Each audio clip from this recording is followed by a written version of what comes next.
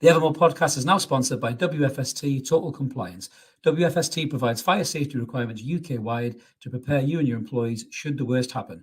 Do what you do best and visit wfst.co.uk today. Enjoy the episode.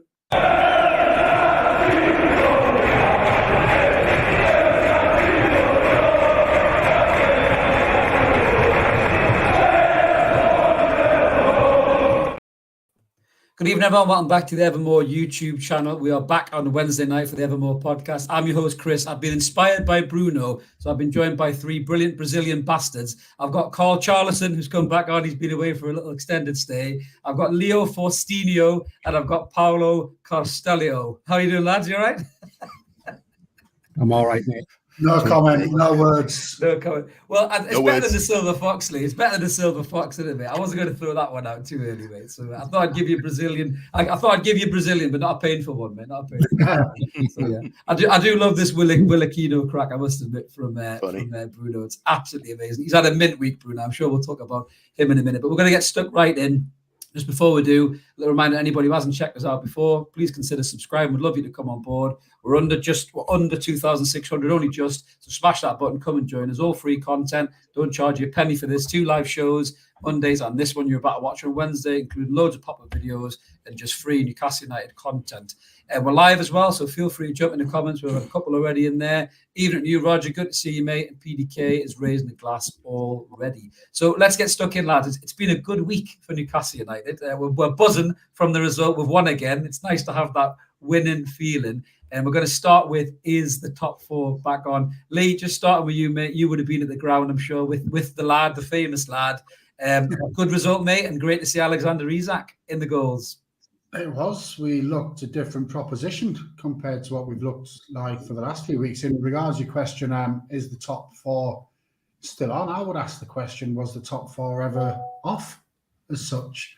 We were always going to have a rough patch, let's be honest. We couldn't have sustained the form that we showed pre-World Cup for the entire season, if for nothing else than down to the squad depth we've got. Everybody knew, everybody acknowledged we had a very, very strong first 11, 12, 13, potentially even 14 players. But after that, you are looking quite thin on the ground and what have you.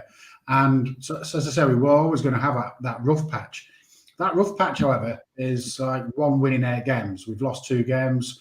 We've lost at home to Liverpool and we've lost to Manchester City, who, let's be fair, if you'd have said at the start of the season, the only 2 teams that were going to beat us by the time we got to March were going to be Liverpool and Manchester City in the league, you'd have ripped people's arms off. Yeah, so that's, people have called it a mini crisis. If you'd have offered me 4 points behind 4th place, 2 games in hand, 3 defeats all season, at the middle of March as a crisis, I would have ripped your arm off. So I would have said the top 4 was never, what you call it, out of the equation for me. I'll take that as a crisis all day. I still think we are firmly in the mix, particularly after last weekend's results. The Tottenham result obviously could have gone a little bit better for us. But again, I'll take where we currently are sat in that table, particularly looking at the running. And I know we're going to look at the running, our final 13 fixtures over the course of the next few minutes. I would have taken that all day long personally. So yes, we're bang in the mix and Tottenham need to be looking over the shoulder. Absolutely. We're going to get stuck right into the fixtures in a minute. Carl, we're just coming to you on this one, mate. Are you in the same agreement with Lee? Did you never have any doubt that we were going to go in the top 4, mate? Or did you start to have a little bit of a concern when the goals dried up? I mean, I said a while ago that I was a bit concerned about the draws. Too many draws, not scoring enough goals. But actually, it's probably, looking back now, it's probably the draws that's kept we're in the mix, really. So I 100% agree with Lee in the fact that we are banging it, and we just need to make sure that we're still difficult to beat, like we have been all season. Like Lee said, we've only been beaten by 2 sides in the league this season, Liverpool and City. And if you had said that at the beginning of the season, you would probably have expected those to be the teams that have beat you anyway, because I know Liverpool's had a bit of a shock, but they've been right up there for the last 4 or 5 years challenging City. So I would have been over the moon with that, considering where we were this time last year. We just started to hit form this time last year in terms of on our run of winning games. So if we can replicate that in terms of the same end of the season as we had last season, then I think we've got an excellent chance of getting the top four, well, fourth. Yeah, good show. PK, ever the pragmatist, mate. Did you ever have any wavering doubts, or were you still optimistic? I mean, having Isak back is huge, mate, isn't it? And in the goal, I mean, that's going to be surely for us to keep in this hunt for top four, mate. Yeah, very much. I mean, I think Wilson's been looking tired since the World Cup. He's been jaded, hasn't he? Definitely. Rest. I think we've been screaming out for Isak to start regularly for weeks now, but I think, there's only one man or one team that know when he's ready to start, in terms of, a long time out, 4 months out at the end of the day, and getting up to match fitness in the Premier League is not easy. So I think he's effectively unleashed him, and I thought he was outstanding at the weekend, by the way. Brilliant headed goal for someone who can't head a ball, apparently. So, yeah, I think a biggie for us, we've got one game, and then we've got 2 weeks off. We've got some warm weather training. That 2 weeks off, we're talking about, Lee nailed it earlier, 11, 12, 13, 14, squad or first teamers. Squad's light. We know the squad's light, but we haven't fallen away. We've picked up points where we could have lost. We've lost, Arsenal and us have lost 3 games in the league, and that's it this season. Nobody's lost less games than us. Yeah, some of them should have been wins, which would have had us further up the table. But at the end of the day, Lee called it 4 points behind with 2 games in hand over Spurs. 6 points behind Man United with a game in hand, and them to play at home with a significantly better goal difference as well. Nothing says that we're not still in the hunt. Do I think we'll do it? I know we're going to look at it a bit later on, but I think this 2 week break's massive for us. I think giving the guys a breather, some of the players at a given Longstaff a breather at the weekend had Joe Linton not been suspended, but he couldn't, and this is the problem we got with the squad depth, I think. So that 2 weeks off, I'll say it again for the third time. This 2 weeks off is going to be massive for us. It's going to give us a good break, and then we can go into the final 12 or so games of the season and fire and just have a go. Got nothing to lose. On the subject, if I can, on the subject of these international break, and you mentioned, PK, that we've got Man United to play at home. We've also got Spurs to come to St James's. Mm-hmm. Yeah, so we've got 2 games on hand, a superior goal difference, 4 points down, and Tottenham to play at St James's. And can you imagine how bouncing St James's is going to be that day if we're nip and tuck with Tottenham? I mean, it'll make Arsenal look like a tea party last season. It will. But on the subject of the warm weather break, cast your mind back to when me and you went down to Elland Road last January, PK. Yep. Yeah, that was the game before we flew off to, not me and you personally, obviously that would be weird, but before I wish. Nothing wrong with that, Lee. Ain't nothing wrong with that, mate. You silver fox. Before the squad flew off to Saudi, and if you look at the impact that 2 week break had in terms of mentality, team spirit, togetherness, and what have you, if we can come back and even get close to replicating the fact that sort of performance level for the rest of this season. I mean, I'm not saying we will make top 4. I'm not saying we won't, but my Christ, we'll have a proper shot at it. Absolutely. And I think, sorry, PK, this is a bit mate. concerning. This is a bit concerning that Isak's been called up for Sweden. You can just quickly jump in and take that, PK, and I'll get Carl's take on it. That's a worry for me, because that's where he got his injury last time when he was on the training camp of Sweden. Yeah, but you can get, you can get injured anywhere. It's no biggie for me. It's, it might give the guy a lot of confidence. Zlatan's there as well. Might just give the guy a lot of confidence training alongside him, maybe playing alongside him as well. Zlatan's there again. How old is Zlatan? Is he about 62 now or something? He's 83. Good God. Still a good player, I'm sure. I'd still take him on a free transfer. Carl, does that worry you that Isak's been called up, mate, in case, he's burning himself out? No, because going back to what you said before about we've all been chomping at the bit for him, Eddie said in the press conference he had to correct his wording because he said that he wasn't fit. He wasn't fit enough to start. What he meant was he's fit enough to start for most Premier League teams, but the way Eddie wants him to play with this high press and running in the channels like he did against Wolves, he's not able to do a full 90 minutes. And if you look at the reason why we said Wilson's form's dipped off, it's probably because he pushed so hard to get into that World Cup squad. And then the intensity of coming back's been exactly the same. And sadly enough, he just can't do it anymore, Wilson. So actually, with Isaac being a complete different player in terms of what it is, I agree with PK. It might give him a bit of a boost that he's now, with the form that he's shown for us in glimpses, he's now been called up to the national team.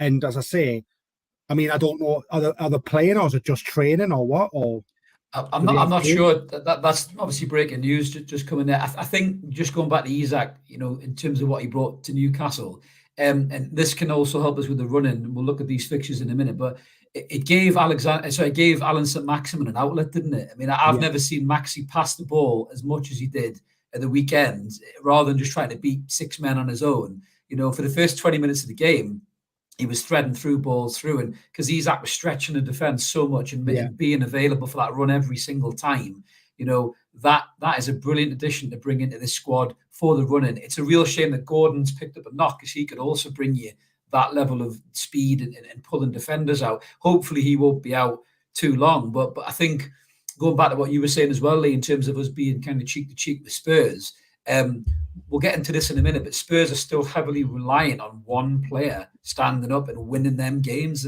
Yes, he's a phenomenal player. There's no doubt about that. But when he doesn't show up, they don't show up. Whereas we've now got Isaac, Maxi's looking good. Willock was brilliant at the weekend. Bruno's playing with an injury, in my opinion. And this break, hopefully, warm weather break, will help Bruno repair, and come back a bit stronger as well. We've got Joe Linton to come back in. I think you might be right, Lee. I think that out of all the other teams, we've arguably got more players that can impact the game. Would you agree on that one, Lee? Do you think, rather than what Spurs have got at the minute, the way our lads are playing, do you think we've got more match winners than them potentially? I think when you look at them player for player, there's every argument to say that. I think also Bentancur is injured as well, as far as I'm aware. Yes. He's been a huge player for Tottenham this season, and he's only recently become injured, so he's going to be a big miss over the course of the next couple of weeks. Son hasn't been the player he was last season. He still shows it in flashes. Richarlison, I saw quite a funny stat the other day about Richarlison. He scored 2 Premier League goals this season. Both of them were against Nottingham Forest. Both of them got ruled offside, and both of them he got booked for taking his shirt off. So he's not really that just sums him up as a player, really, mate, doesn't it, to be fair? He's not really had the impact that Tottenham were expecting him to. What was he, 50 million? Was he 50 million? Whatever he was, he was a million too much. He was. One thing I would say about Saturday, I saw something in the team on Saturday that I've not seen for a while. There was a spark there. There was a bit of flamboyance about them. They looked on it, and let's be honest, they haven't looked on it for a number of weeks. But I saw a spark there on Saturday that took me back to what we were playing like prior to the World Cup and towards even the arse end of last season. And that gave me a hell of a lot of confidence. I said to the lad, as you call him, Chris, I said to him on the way up on Saturday morning, I said, it doesn't matter how we win. We just need to win. Whether it's an own goal going in off Traore's arse, I'll take a 1-0. But to get the win and also to play well, bar a probably 20-minute period in the second half, we did play well. We dominated them in the first half. We should have been out of sight. So coming back to your question, do we have more match winners or impact players, as you want to call them, than Tottenham currently? I think possibly there's an argument to say we do. Isaac, having the impact he's had, will absolutely motivate Callum Wilson for the rest of the season. He will be chomping, because Callum Wilson's he's a bit of a peacock. He likes to be the centre of attention. He likes to be Yes. He'll not like Michael Antonio taking the piss out of him on that podcast because he's on the bench. Yeah. I love the banter. I love the banter between them two. That was class. He will be chomping at the bit to what you call a dislodge Isaac, and that can only be another good thing for us. So when you look at the impact players that we've got for the remainder of the season, absolutely, I think we've got everything we need to catch Tottenham and take them over. Yeah. PK, I know you want to come in here, but just to throw a little curveball at you, what Lee said there about us looking back on it, do you think the cup final was a bit of a distraction for the lads? Yeah, of course. I think that Of was course hanging it over was. 100% it was. Even Eddie Howe said that in his press conference. He said at the time they didn't realize that it was a distraction, but it definitely was an unwanted distraction or a wanted distraction, whichever way you do it. But I think they didn't realize at the time. But yeah, it was. But actually, my point was not just about catching Tottenham. My point is that we've got Liverpool up our arses and they're 2 points behind us. And Liverpool have got more game winners than anybody in the league, probably apart from Manchester City. You know, they've started, Nunes is starting to fire. They've got Jota back. They've got Firmino back. They've got the kid from Ajax. Is he from Ajax? The Dutch kid? Gakpo. Gakpo from PSV. Yeah. He's scoring goals. And Salah started to, okay, he's missed a penalty at the weekend. And I know, you know, they were absolutely untouchable against Man United. It was amazing that one. They were untouchable against Man United. Ridiculous. They were never losing the game against us 2-0 up before we got Nick Pope and ceremoniously sent off. I think they're a bigger danger than Tottenham in a weird kind of way.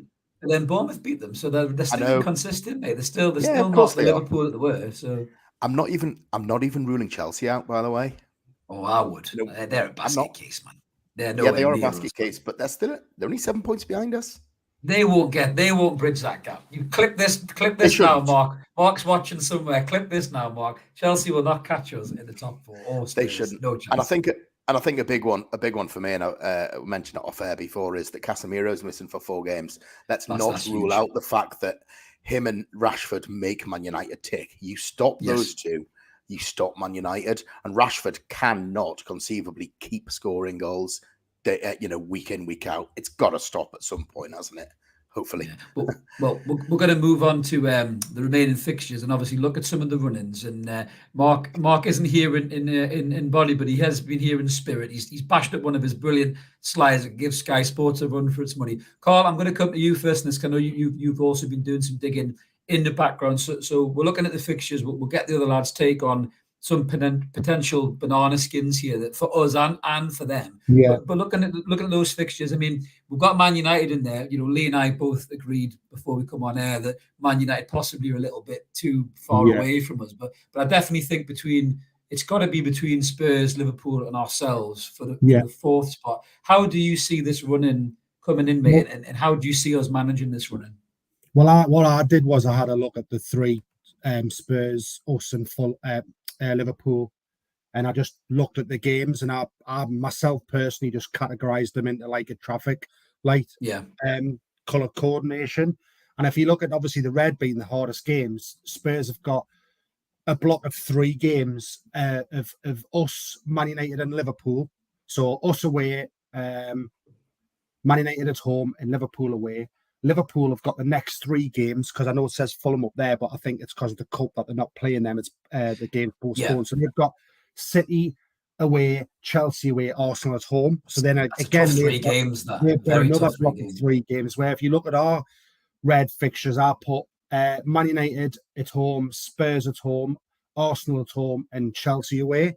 We've got ours spread, and if we can get some good results against some of those games, especially the fact that we've got 3 of them at home. Lee said the other night that out of the remaining home games, he reckoned we could easily get 4 out of 6 wins, which is not, we might get other draws in there, but hopefully we can think about what we were doing last season, Chris. We were looking to take points off people around us, which was in the relegation zone. This season, to do the same thing, we'll be taking points off people for a Champions League place. So Man United, Spurs, and Arsenal at home. Well, definitely Man United and Spurs at home are huge games. And what I also then done was looked at what I thought we might get from a points perspective, and then I looked at the points we got last season. So if we look at the reverse fixtures, I know we haven't played Forest, and I've just put us down as a win. Fingers crossed for that game. But if I look at the correspondence fixtures last season, we got 21 points. We got 21 points from the reverse, from them games last season. So if you add that on to what we've got so far, that takes us to 65. Lee's Lee's normally the stat who checks the previous season. he's got his notes. I'll come to him next week. He's got his notes. But it would be interesting to see over the last couple of seasons where 65 points would get us. Obviously, we might have to go more to get Champions League. But if we just look at what we did last season, 21 points, another 21 points is what we potentially get. Yeah, I mean, a couple of comments came in there. That, I mean, coming back to you here, Lee, Brighton's not an easy game. I think Brighton's a tough game. They've had a great season, even with the change of manager and everything else. A great season. And I think there is some tough games in there. But I mean, Carl's mentioned what you said there about the home form, Lee. I'm with you. I think the home form is definitely key in this running, mate. And where's the banana skins in your opinion, Lee? Do you see here? And is there any other ones in the other teams that you think may trip them up? Surprise me. I've been really sad, and I've done a similar exercise to that Carl has. I've had a look at all of the fixtures across all three teams, and I've not looked at it in a wildly optimistic view. I've got, for instance, I've got Tottenham only losing one more game this season. I've got Liverpool only losing 2 more games this season. I've got us losing another 2 games this season. The 2 games that I've taken us to lose, funnily enough, I've gone for Everton being one of them. Anthony Gordon winner there, mate. Don't be pessimistic. It's a tough place to go, Goodison, at the end of the season when they've got something to play for. It is. You've seen the scenes outside the ground, and I think we'll lose at Chelsea. Liverpool, Carl touched on it earlier on. For me, I think Liverpool's top 4 push, if there ever was a top 4 push, I think that'll be over and done after the next 3 fixtures they've got. Personally, I can only see them getting a point out of those 3 fixtures, and I think that point will come at Chelsea. I think they'll lose at Man City, and I think they'll lose at Arsenal. I keep looking at Arsenal and thinking, are they going to come unstuck? And they keep churning out result after result, performance after performance. And you just wonder, where are Arsenal going to trip up? Are they going to trip up? And at the minute, I think they'll go to Anfield and I think they'll win. I think their game suits Liverpool, personally. So I did exactly the same exercise as Carl. I'll tell you where I ended up. I did end up with us in the top 4. I actually had us ending up on 69 points. Top 4 for the last 6 seasons, average points required is 66, to answer your question from earlier on, Carl. Yeah. But I've got Tottenham securing less points than Newcastle and Liverpool over the course of their last. I think they've got 11 games left. I've only got Tottenham picking up another 18 points. They're very flaky away from home. Tottenham are. They've lost 5 games already this season away from home, and they're not just games that you would normally expect them to lose. They're games against teams that you would normally expect them to get something against. So I've got Tottenham picking up 18 points and finishing on 66. Liverpool I've got picking up 20 points. I say only losing 2 games to Man City and Arsenal and finishing on 62. And as I say, I think their top 4 push will be finished after the next 3 games. And I've actually got us finishing on 69 points. Again, losing away to Everton and away to Chelsea, but picking up points where sometimes people might not expect it. I genuinely think we'll turn Man U over. I really do. I think the atmosphere that night is going to be off the scale, especially after February the 26th. And I think Tottenham's arses will drop. I genuinely think Tottenham's arses will drop when they come to St James's. If we're within touching distance of Tottenham, they're not going to know what's hit them when they walk out on that pitch at St James's. So and again, I don't think I've been wildly optimistic. I think these predictions. I think we'll draw at Brentford. I think we'll get a draw at Villa. I'm not saying we're going to go there and win those games, but I think we'll win the games that we need to, and I think we'll qualify for the top 4.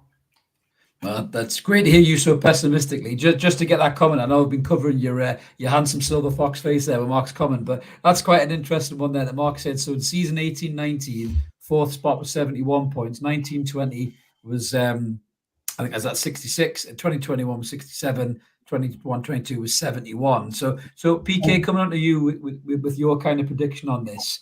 The lads are obviously very optimistic. I'll give my take in a minute, but where do you see us with these run of fixtures here? I mean, we have got a very thin squad, as you rightly said. I know we don't have Europe or Cup games anymore, but the rest of the other teams have obviously got their focus on.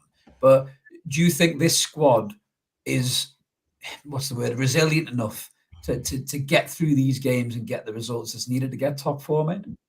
No. I was waiting for the negative comments. I must be on the naughty step or in detention because I haven't done any homework on this at all. I've had a look at these slides very kindly. You're a loose cannon, PK. You're like Riggs from Lethal Weapon, you mate. You're a loose cannon. a little bit. I'll take that. Thanks very much. A compliment or yeah. So let me run through Newcastle's fixtures from the way I see it. I think we're going to beat Forest. Forest have got less players. Forest is literally like throwing a deck of cards in the air and wondering who the hell they're going to be selecting. But they've got 100%. At least 10 players out, including Brennan Johnson. So yes, I think we go and beat Forest. We won't score many goals there, but I think we beat Forest. I think we beat Man United because Lee's called it. I think that we've got some revenge on our minds, and Casemiro missing is massive. They'll have Fred and McTominay probably in that central midfield with the cheating Bruno in the Premier League. West Ham's a tough one. They're fighting for their lives. We may get a point there. I think we'll probably get a point at Brentford, and I think we may get a point at Villa. I think Villa are decent and they're good at home. I think Tottenham will be a tough game. I think they're really good on the break, and I think if we have too much of a go at them, I think they might pick us off. Again, everything's dependent on Harry Kane being fit, as you've said. Everton again is a toughie, right? Lee's called that. You know, they were fighting for that. We were safe last season when we went to Everton. They were fighting for their lives on that Thursday night on Prime when that fucking lunatic. We were all right until that lunatic tied his fucking cord around his neck at the goalpost. If you remember, the guy tried to clip him with the that saved the Wales prick, wherever he fucking was. What a dickhead. Brilliant. Anyway, I think that's a tough one. Sean Dyche 1-0 at home. Dogs a war kind of game. He loves a shithouse 1-0 winning Old Dyche, and you could just see that get happen that day, couldn't he? Yeah, he does. Southampton will beat. Arsenal will be a massive game. Now, Lee's telling us that Arsenal are going to Anfield and beating them. But did you say that we're going to turn them over up here, Lee? No, not Arsenal. He didn't. He said Man U and Spurs. No, I think was the two. Fair enough. I think we might pick up a point from Arsenal at home. Okay, so I'll probably live with that as well. Leeds are fighting for their lives as well. These teams have got something to play for, and that's dangerous, isn't it? You'd much rather play teams that are in the middle of the league, have got nothing to play for. I don't think we've got a game left. Look at them. Haven't got a game left against a side. Maybe Villa will be mid-table. Are probably the only team there that have got nothing to play for. Yeah, but that's as it stands, PK. It might change by the time we get down the table. Yeah, true. Not massively, but yeah, I mean, Leicester at home. I think we'll beat Leicester at home. Leeds away, I don't know about. You know, it's our local derby, really, isn't it? And they'll be massively up for that. Again, as Lee said earlier, that was the turning point for our season.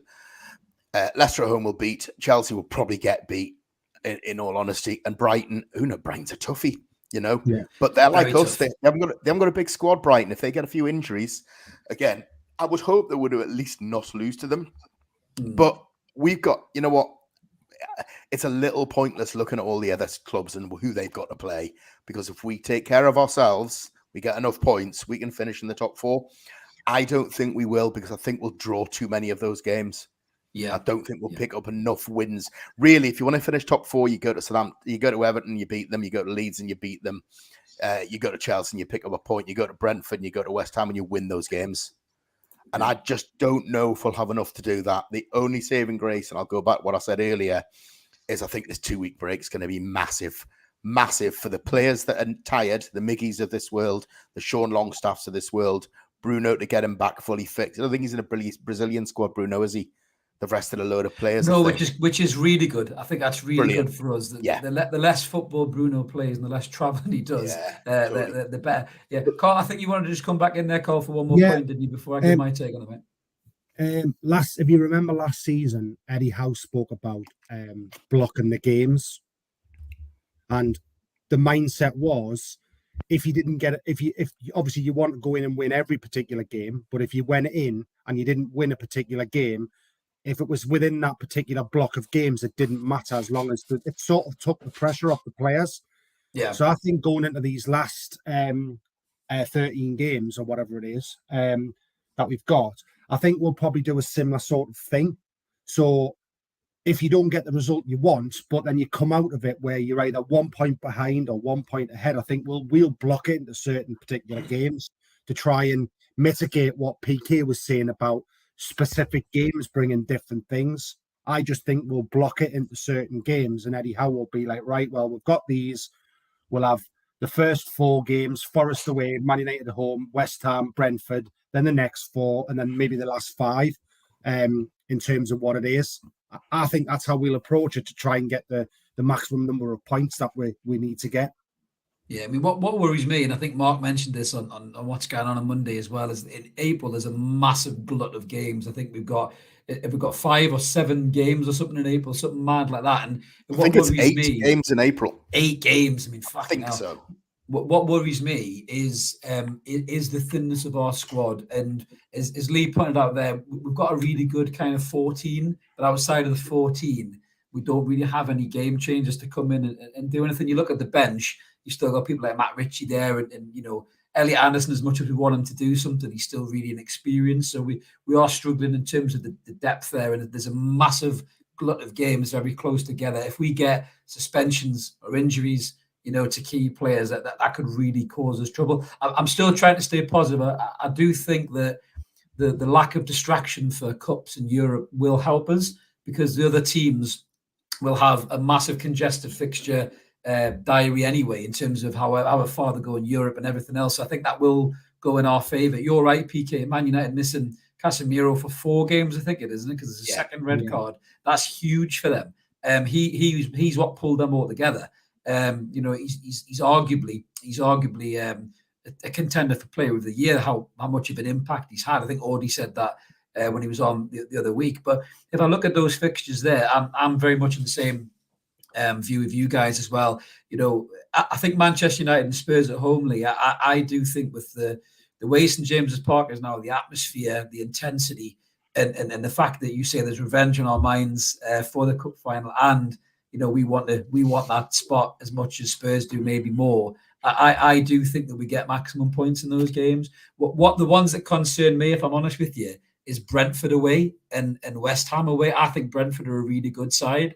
And I think us going to Brentford would be a really difficult game. I think there's a draw on the cards there. So again, I see PK's predictions, and it's hard for me to disagree with them. But you look at teams down there like Leeds and Leicester, you know, and Southampton, like you say, PK, they'll be fighting for their lives.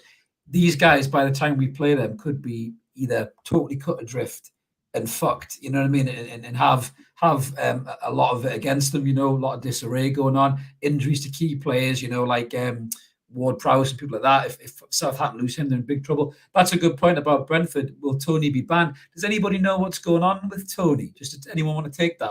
When's that decision made? Does anybody know? It's ongoing, I think, mate. I think they're just still ongoing. Yeah. So there was rumours that he was going to be banned like imminently, but obviously they might wait until the end of the season. I don't know. It's a bit weird, isn't it? I'd love if they waited just before our game and then suspended, and that would be superb, to be fair. But there is some tricky fixtures in there, you know, as we say. And it's great to be in the picture, isn't it, lads? It's great to be talking about this. You know, from the start of the season, we all keep saying, you know, we never would have dreamed in our wildest dreams, you know, that we were going to be up into the Champions League. But just we'll move off this slide, but just a little bit more on the Champions League. I'll come to you all individually. I'll start with you, Lee. What would Champions League, what would top 4 do to accelerate this project in the summer? What would it do in terms of the blueprint and where we're going to go? How would it change? It brings it forward by 3 years, in my opinion. It's a game changer, let's be honest. I think we've got until the arse end of next season to hit top 4. If we don't, I do believe that Bruno, God forbid it, would be off. Or Botman even as well. Or Botman, with a likely destination for Bruno to be Real Madrid. I can only see him ever leaving St James's Park to go to Real Madrid. But what it does, it brings the project forward 3 years. But from a commercial revenue point of view, which the commercial revenue that comes with the Champions League, everybody's aware of it. It goes without saying. It takes you onto a different stratosphere to those clubs, even in the Premier League, mid-table in the Premier League. It takes you onto an entirely different plane. But also, and this is the key for me, it's the attraction. Players want to play in the Champions League. All of a sudden, James Maddison, let's just say for argument's sake, we finished 4th and Tottenham finished 5th. Yeah. all of a sudden, let's just say Newcastle and Tottenham both bid for him in the summer. There's something in that mix that might just swing him, and it's not going to be it's not going to be Rosie's bar. Believe me. Maybe logos, Lee. Yeah, but we're not, as daft as it sounds, as I said, players want to play in the Champions League. The best players want to play in the Champions League. So from a commercial revenue point of view, yeah, it takes the club onto a different level altogether. Yeah, and then that includes future revenue as well, because people all of a sudden want to be associated with your club. People are climbing over each other to be on the front of your shirts, to be a partner, to have, to be the corporate, the partnership, the dentist. Newcastle United's dentist, for example. People would be climbing all over each other to get a part of Newcastle United. But for me, the biggest thing is that attracting those players. Because as I say, come the summer, Tottenham finished 4th, Newcastle finished 5th, and we both go for James Maddison. He ends up at Tottenham. Never mind James Maddison. Jack wants to go for Messi. I like the sound of that, mate. I think he can still do the job, to be fair. Yeah, would he pass the no dickheads policy? But, can he do it on a Tuesday night against Stoke in the FA Cup? We could go on all night about the difference qualifying for the Champions League would make to the club. Yeah. And you would never get through every benefit that the club would see. Oh, no, absolutely not. But Carl, just to get your take on that as well. Are you in the same vein of Lee? Do you think that it accelerates this project by 2-3 years, and then we open up a whole new door of caliber of players we can bring in? And is there a danger? I'll get PK's no dickhead policy take on this in a minute, but is there a danger of opening that door too soon that you potentially, disharmonize what Eddie's built? By doing that too soon. So the first part of the question, what does it do? I think without any European football, we know that the commercial end of the club is shot as shit. I expect that revenue to potentially go up by 50%, just even if we don't get into Europe, based on contacts, based on new strips and all the rest of it. So that will go massively. However, if we were to get Champions League, I think we could almost double what we've been making previously in terms of revenue, because as Lee's said, it just opens so many different avenues. And I know the plan around the Rubens being involved is to not only build obviously the club, but it's about the region as well. And I think Champions League attracts investment out around the club. So for me, all of a sudden, you look in the UK, you've got London, where most really good players would go and play for someone like Palace or a West Ham without them being in Europe, because it's London. Then you look at Manchester, the Northwest, because you've got Liverpool in there as well. And then I think if we get this Champions League and then we get this, obviously the investment that we've got, I think Newcastle would be on par with that, with London, the Northwest, and obviously the Northeast in terms of pulling power. For the region, as we know, as it is, from a player's point of view, I think we've snuck some absolute bargains from the likes of obviously Arsenal with Bruno, Botman with Milan. We've been able to sell the project, but I think the project becomes easier to sell for that next level of player. But like you just said then, and I won't steal PK's thunder, but it's like, does that destabilise? But I think there's going to be an element of destabilising at the end of the season anyway, because listening to Eddie Howe's high performance podcast that we've banged on so much about, he talked about the club needing to evolve. And I think if we get Champions League, the club will have to evolve. Otherwise, we'll crash and burn, and we might not then get back into Champions League for quite a while. So I think I could see if we did get into the Champions League, there'd be a lot of players that would be sort of giving golden handshakes to potentially leave. That's my opinion. No, absolutely. PK, just is Messi a dickhead, mate? I don't know whether he has become a dickhead over the years. Nope. Does he pass your test? Yeah, he passes my test. I mean, he might be 74, but he's still better than anything we've got in our team. Let's be honest. And anything we've probably ever had, apart from Beardsley. Yeah. Oh, obviously. Yeah, absolutely. Rob Lee as well. I don't want to go over the same ground that Lee and Carl have gone through, because both of them are right in everything that they've said. Yeah, it brings in shitloads more money, etc., etc., etc. You can get the next level of player. Of course you can. You know, Newcastle finished 4th and Tottenham finished 5th, and Harry Kane puts in a transfer request. Does he say he doesn't want to come to Newcastle? Who knows, right? Probably not. Maybe he goes to somewhere else. But what's to say he doesn't come to Newcastle and part of that project? You know what I mean? Why not? One thing I guess there's been a lot of talk in the last few days, as opposed to weeks, about us being quite quick in the coming weeks to announce our new sponsors. So whether that be Saudi Air or whether that be new Riyadh Airways, of course, which is launched yesterday. Got something like that in a minute. Yeah, we'll have a look at that. If we know that the owners haven't targeted Champions League football for next season, right? It's not a target, right? If we get it, great. If it was a target that had gone far heavier in January's transfer window than they did. Yeah. So why announce a deal with, let's say, Saudi Air before the season's up? Because if we get in the Champions League, that deal becomes much more valuable than if we don't qualify for Champions League. Yeah. Or are we hedging our bets that we sign a deal at, let's say, I don't know, I think we get 5 million a year for Fun 88, which it runs out in the summer, right? We get 7 million now for Noon on the side of on the sleeve. So we're getting more. Bad business by Ashley all around. Though. Bad business, yeah. And you know, backhanders and fucking underhanded deals. We've got all of this across the whole club at the minute, right? If we get into the Champions League, we get, Lee's called it, and I don't really call it again, we get to another level of finances. You get 120 million quid, I think, just for getting in the Champions League. I think you get 4 million quid for playing a game and another 2 million for winning a game in the Champions League, right? It just takes you to another level, right? It does.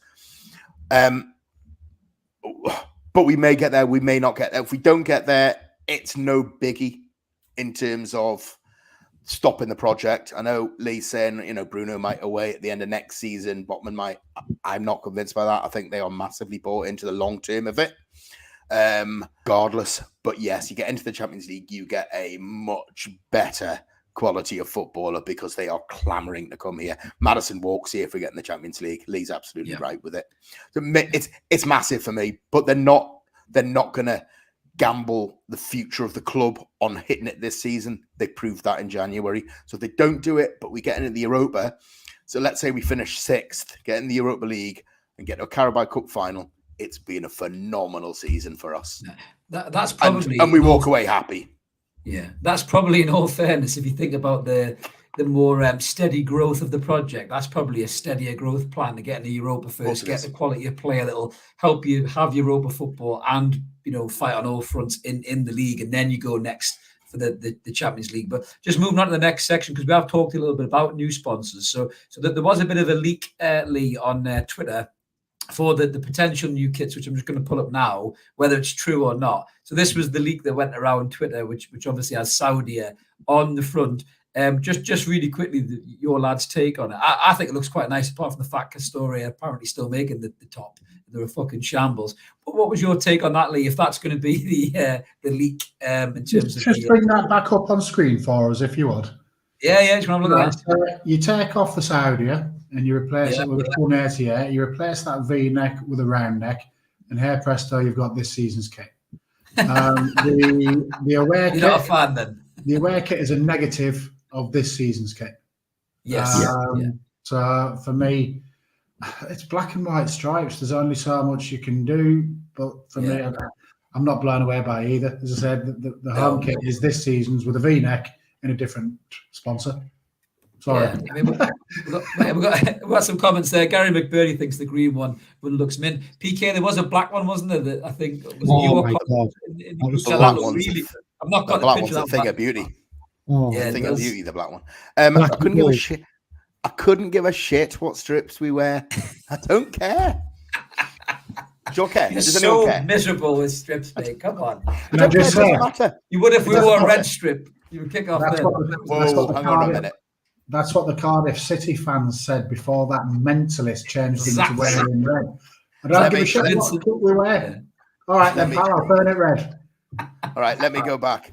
I couldn't give a shit what it looks like as long as we have the traditional home colours of black and white stripes. Yeah. And we're not going red and white stripes for an away. That's clearly not happening.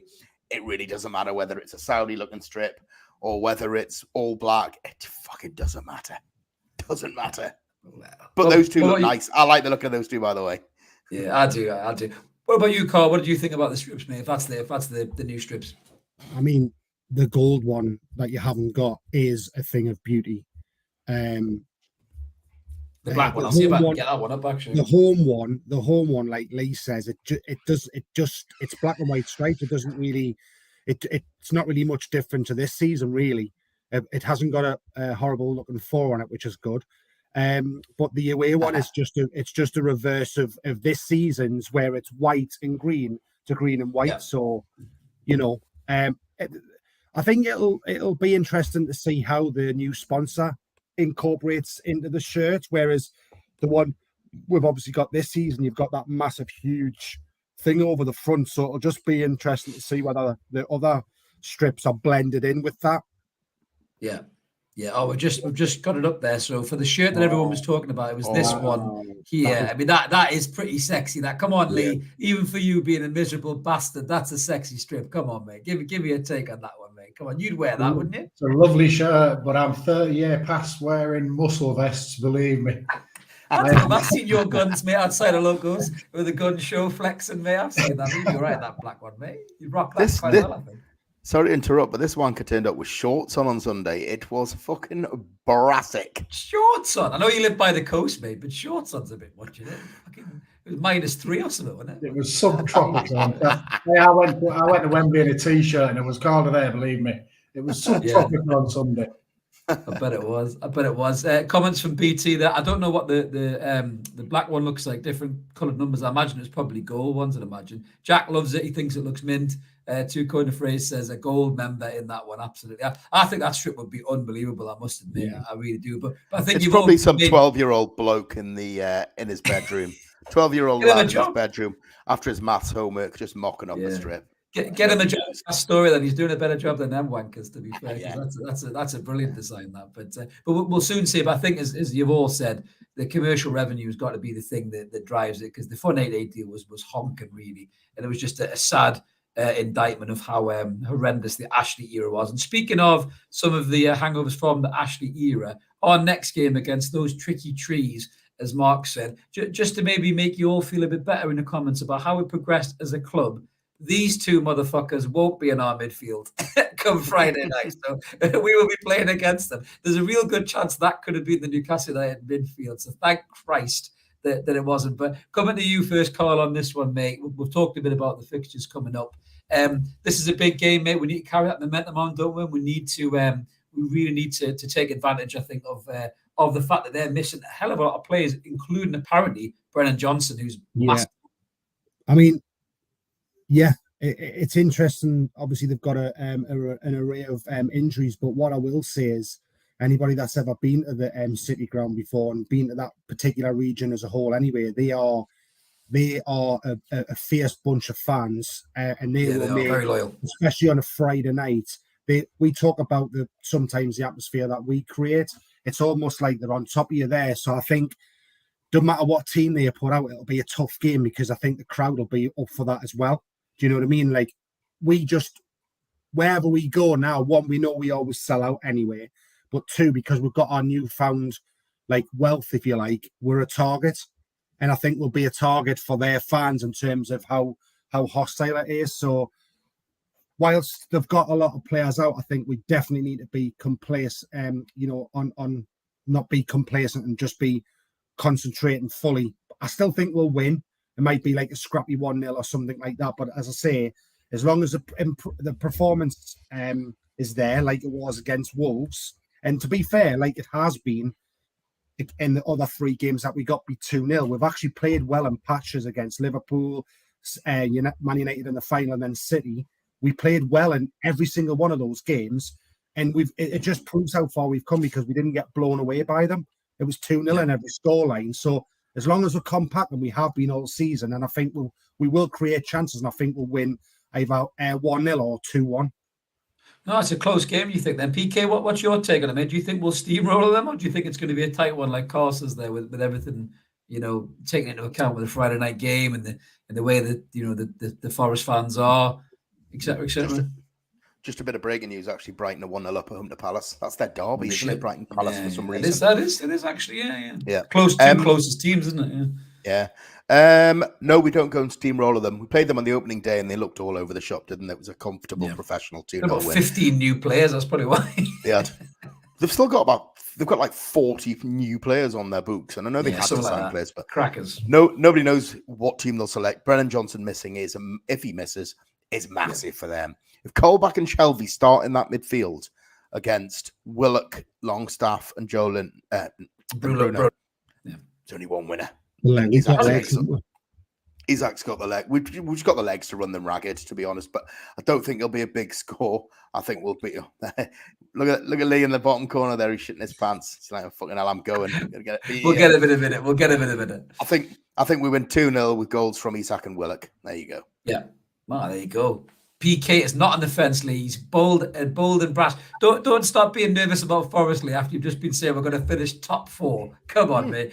Surely we're going to piss on Jack Colback and John Joe Shelvey in midfield, mate. Come on, Lee. Live a little. What have you done? So you show the photograph of them at the start. Immediately I'm thinking, shit. And then PK Dale goes on for a 2-0 win if Shelvey and Colback start.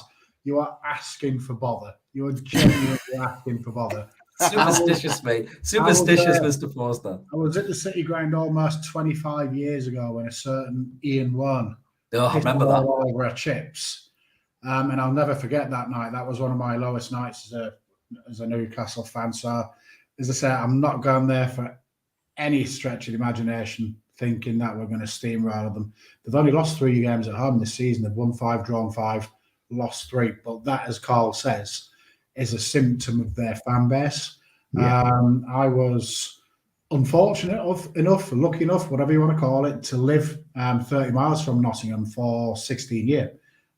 From the age of 16 to 32, I lived in a place called Grantham. So I grew up, all my friends from the age of 16 to 32 were all Notts Forest fans. And when Carl says they're on top of you, he's not lying, because in the away end at the City Ground, they literally fucking are on top of you. There's nets protecting you from the Forest fans that are above you. And it'll be a real hostile atmosphere. But we talked about Johnson potentially being out. I was looking on the Nottingham Evening Post website tonight, just trying to do a little bit of digging. And the quote is he's got a really small chance of playing on Friday night. That's huge. If he's out, I think they've got one other player that Newcastle need to focus on snuffing out. And he was a figure of, it was a bit of a joke figure at the start of the season, because the price tag of 43 million for Morgan Gibbs-White, everybody saw it as a joke. But I've watched Forest a few times this season, and he is by a country mile their best footballer. Everything that they do goes through Morgan Gibbs-White. And if we can close him down and Johnson's not playing, as you say, they've got an injury list as long as they're on. I'm not too fussed about the goalkeepers. We talked about it earlier because, let's be fair, Keylor Navas is an able deputy. I'm very pleased that Willie Bolly's out because he's a prick. For no other reason than he's a prick. The big Awoniyi, I think that's how you pronounce his name. He's a big target man. Yeah, but he's injured as well, isn't he? Yeah, he's out. Chris Wood's out. Kouyate's out. So they have got a long injury list. So if Johnson's out and we can nullify Morgan Gibbs-White, I think we can go down to there and be the 4th team to win this season.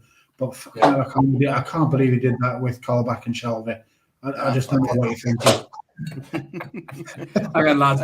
I'm just putting in my power cable there. I've just had a little bit of a low battery warning there. So he's just trying to put himself on the parapet, Lee, just to try and not sit on the fence. I'm plugging in. Just talk amongst yourselves for a second. I'm plugging in. I think. I'll ask you what you think the score's going to be, Chris. Well, I am. I'm going to tell you right now, just as soon as my battery doesn't die on my laptop. So I think for me, just in terms of the injuries that they've had, I think up front is key, Lee. I think for me, like you mentioned there, the big lad might be out. Wood can't play. So I don't know who's going to be up front for them.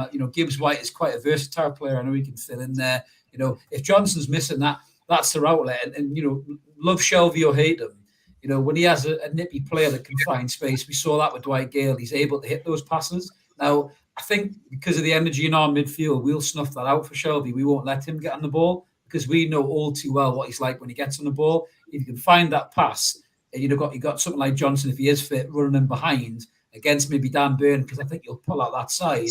That's a ball to watch out for. But for me, I'm with PK. I think our midfield will absolutely smash their midfield, but I don't think we're going to batter them. I don't make you sweaty. I don't think we're going to batter them by any stretch. But I actually think it might be a little bit more comprehensive. I'm going to go 3-1 to Newcastle. I think we'll have the bit between my teeth after that win against Wolves. I think providing Isak doesn't come back, well, actually he's not going away, is he? So it's Friday night. But providing Isak doesn't pick up any knocks before then, I think he'll be absolutely flying in that game. He'll be bouncing. I think Max will be bouncing. Willock looked phenomenal. I thought at the weekend looked back to his best. And I think with those kind of dynamic players playing at full tilt, I think we'll be too strong for Forest, regardless of how many dangerous players they may have in amongst that squad and how well they may know us, as a few guys have said in the comments. But yeah, for me, I'm going 3-1, lads. I think we'll I wouldn't say comprehensive, but I think we'll beat them without sweating a bit too much. Mark's in the comments saying 2-0, Isak and Botman. I'd love Botman to get a goal. Chris, do you think we'll keep the same starting 11 as we did against Wolves? So Murphy keeps his place, do you think? I think Miggy will come in for Murphy personally. I think Miggy's ability to get that goal at the weekend was maybe just that little reminder to how, if he ever needed it, that Miggy's that player. I think the way Miggy responded as well would have made Howe really happy, because no strops, no moaning, come on, and he won the game for us. You know what I mean? So I think Murphy, as hard as he worked, I mean, I think I was quoted saying Murphy's start was rancid, but he actually played quite well, to be fair to him. But Miggy just gives you that little bit more quality, I think. So I think that'll be the only change in the team. But I think that'll be too strong for Forest. I think we'll win 3-1, lads. So that's it. That's us wrapped up for this week, guys. Thank you, everyone in the comments. We really appreciate it. It always helps the episode flow. As I mentioned at the start, if you've just discovered us for the first time tonight, smash that. You always do this to me when I'm doing the subscribe button. Can we get everybody else's score prediction? We already got yours. Oh, well, PK won. T said 2-1. Right. Pete, what did you say? Go on, mate. Sorry, what's your score? We'll win by the odd goal. Oh, fucking hell. 8-7. You stopped me in mid-flow for that. We'll win by the odd goal. Oh, my word. What was that about? What was it? So, the odd goal. What? I'm going to chin you for a score. Come on, Lee. What is it? 2-1? 1-0? 2-1. PK? 2-0. 2-0, like just like Mark. I'm going 3-1, and Carl's going 2-1. Either way, we want Newcastle United win. We need to continue the momentum. As I mentioned, click subscribe if you're interested. All free content here, and if you can like the video as well, really helps get it around YouTube. But until then, this is goodbye from me and the lads. Let's keep supporting that team of McCoy United, and we'll catch you in the next Evermore, everyone. See you later. See ya. See ya.